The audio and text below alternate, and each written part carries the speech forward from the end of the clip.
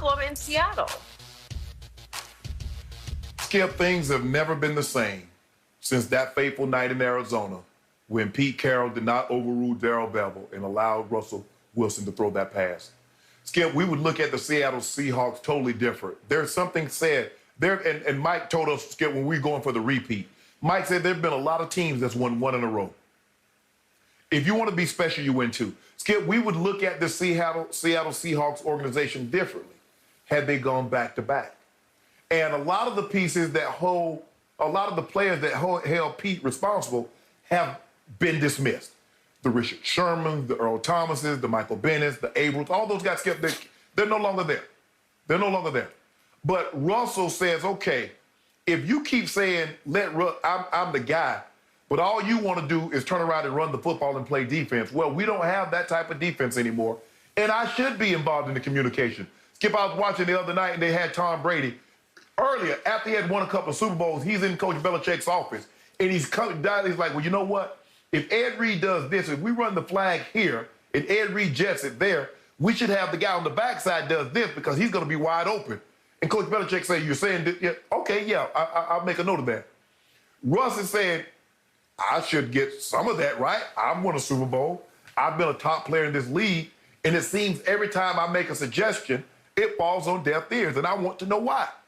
So that's a problem when your quarterback, the star of your football team, doesn't feel like his voice is being heard. He says, well, if you don't want to hear my voice, let me go somewhere where they will listen to my voice. They got a problem on their hands, Skip. And for Russ to take this kind of stance, Skip, Russ is very quiet, very reserved. Now, since he's been married, he's posting more stuff on social media. I get that. He loves his wife, rightfully so. What's not to love about it? She's a great mom. She's a great entertainer. But for Russ to take this kind of stance, this kind of approach with his football career, Skip, I don't think anybody saw this coming. And Pete Carroll should tread very, very lightly when dealing with Russell Wilson. Mm-hmm. Okay. I agree. It seems like quarterback and head coach are on a collision course. And I was surprised to read in several stories last night that Pete Carroll has final say in this franchise. He has total control, even over John Schneider, the GM, that the buck stops on his desk, on Pete Carroll's desk. Wow. I didn't realize that, and that can be dangerous business, as you know, because you're wearing both hats, and maybe you don't see the forest for the trees. But I get you on the flashpoint moment at the end of that New England Super Bowl, obviously played in Arizona. And yet, I defended the decision only because the track record of Marshawn Lynch through that year in the regular season was he had tried 4 times to ram it home from the 1-yard line, and he'd been stopped 3 out of 4.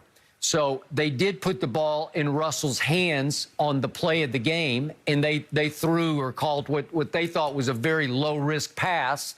And you know and I know Malcolm Butler made, I think, the greatest jump on the football by a defensive back I have ever seen on the goal line. Yes. And literally just tore it out of, what was his name, Ricardo Lockett's hands. Lockett. Yeah. But he's a big, strong, possession-type receiver, and Malcolm just snatched it from him. And it took me about 30 seconds to even realize what had happened. I couldn't even figure out how it happened. But I get you. I don't have a problem with the play call, but to your point, the locker room had a huge problem with it, so that became a Pete Carroll problem. and he solved it by getting rid of the problem because, to your point, one by one, gone. That was the Legion of Boom, one of the great defenses we see in the history of the league. And yet that Legion of Boom held a 24-14 lead going to the fourth quarter against Tom Brady, and he threw for 124 and 2 touchdowns in the fourth quarter alone to bring them back to victory. It took the greatest defensive play in the history of the Super Bowl to save the victory from the jaws of defeat, obviously, but it was the flashpoint moment for the undoing of that franchise, and yet the irony was Pete was trying to put Russell on the pedestal. And I do believe, yeah, in their heart of hearts, they wanted Russell to be the MVP of the game, not Marshawn Lynch. And Russell, you know, obviously he had won the previous year's Super Bowl, and they had a chance and probably should have pulled off winning a second one. But if you look hard at Pete Carroll's track record as a head football coach, he's not good, he's great. And it's hard for me to believe he's lost his fastball because I just don't think he has. Shannon, if you look at the total impact of his career, just briefly, look at what he did. I know he took over Bill Parcells' Super Bowl team in New England, but he was pretty good. He went 27-21 in 3 years in New England, made the playoffs a couple times. Then he goes to USC, and he's just all-time great. And they go 97-19 in at USC, and they win 10 straight Pac-10 or Pac-12, I guess they were, championships. And then they won 2 straight national championships, as you know, at USC. And then if you look at the totality of his performance in Seattle, well, he's won the division, made the playoffs 9 of 11 times. Well, that's great. How do you replace that? With Russell, he's won it 8 out of 9 times. He made the playoffs 8 out of 9 times. And they're 10-8 overall in the playoffs, 9-7 with Russ.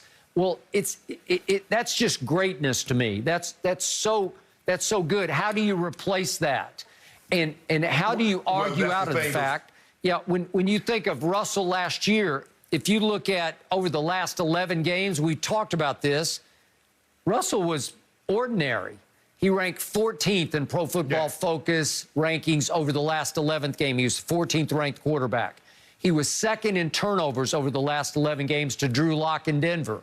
He was 1st in getting sacked, and you're the first one to point out a lot of that is Russell's problem because he runs into a lot of sacks because he just holds the ball so long trying to throw the home run.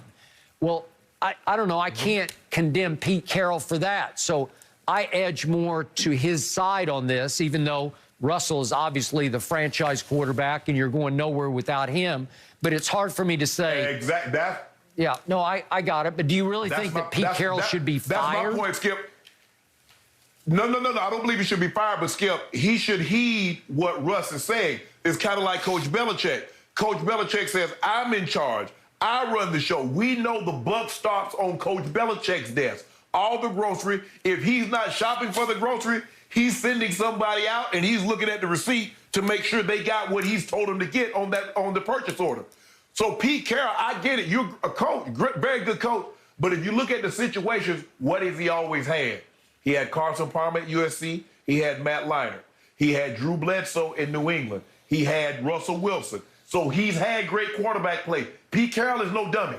If Pete Carroll thinks he's winning without great quarterback play and he can just coach him up, he's going to be sadly mistaken. And a lot of coaches believe that. A lot of coaches actually believe, Skip, it's them. Oh, it's my scheme. It's my system. No, it's the Jims and the Joes that play in your system that make your system go. Don't you ever think it's you. I got it.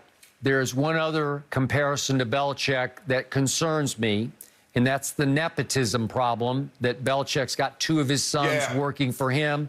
Pete Carroll has had 2 of his sons on his staff. I think one just left for a new job, but one is still on the staff. Yeah, I think he's in Arizona now. Yeah, and reportedly, Russell Wilson was having issues with the 2 sons and their input into game plans. So that's hard to defend. I don't know the inner workings of the Seahawks. To those guys. Oh, so Russell said, hold on, Pete. You listen to those guys give you input into a game plan, but when I say something, mine fall on deaf ears. Yeah. Oh, really?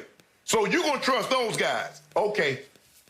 Well, I need to get somewhere where they'll listen to me. They'll hear what I have to say. I'm not saying they need to put everything that I say into a game plan, but they will at least listen to what I have to say.